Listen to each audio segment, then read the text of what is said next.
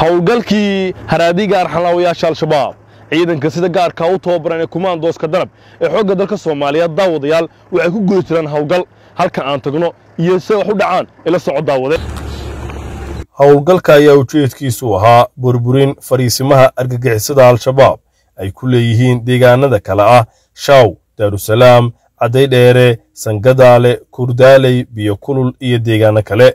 deegaanka Daarusalaam ayaa al-shabaab u ahaa goob ay gabaad ka dhigtaan isla markaana deegaan u ah amiirada al-shabaab iyagoona ku lahaa bara kantarool iyo goob ay ku qaadaan waxay ugu yeeraan sakawaadka oo ah dhaca xoolaha shacabka Soomaaliyeed.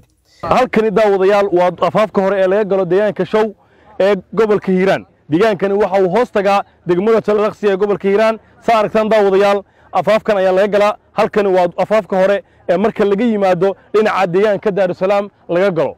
daawadayaal waxaan kala soo hadli doonaa gudaha ciidamada kumaandooska danab ayaa hawlgal qorshaysan ku yimid halkan. deegaankan ayaa waxa uu xarun u ahaa ururka argagixisada arxanka daran al-shabaab.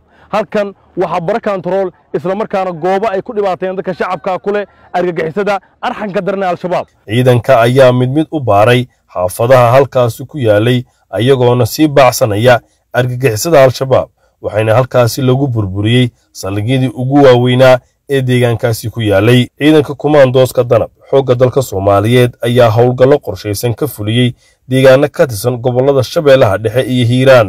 Shilaawa Cabdullaahi Cabdiraxmaan warbaahinta ciidamada qalabka sida ee Soomaaliyeed deegaanka Shaw gobolka Hiiraan.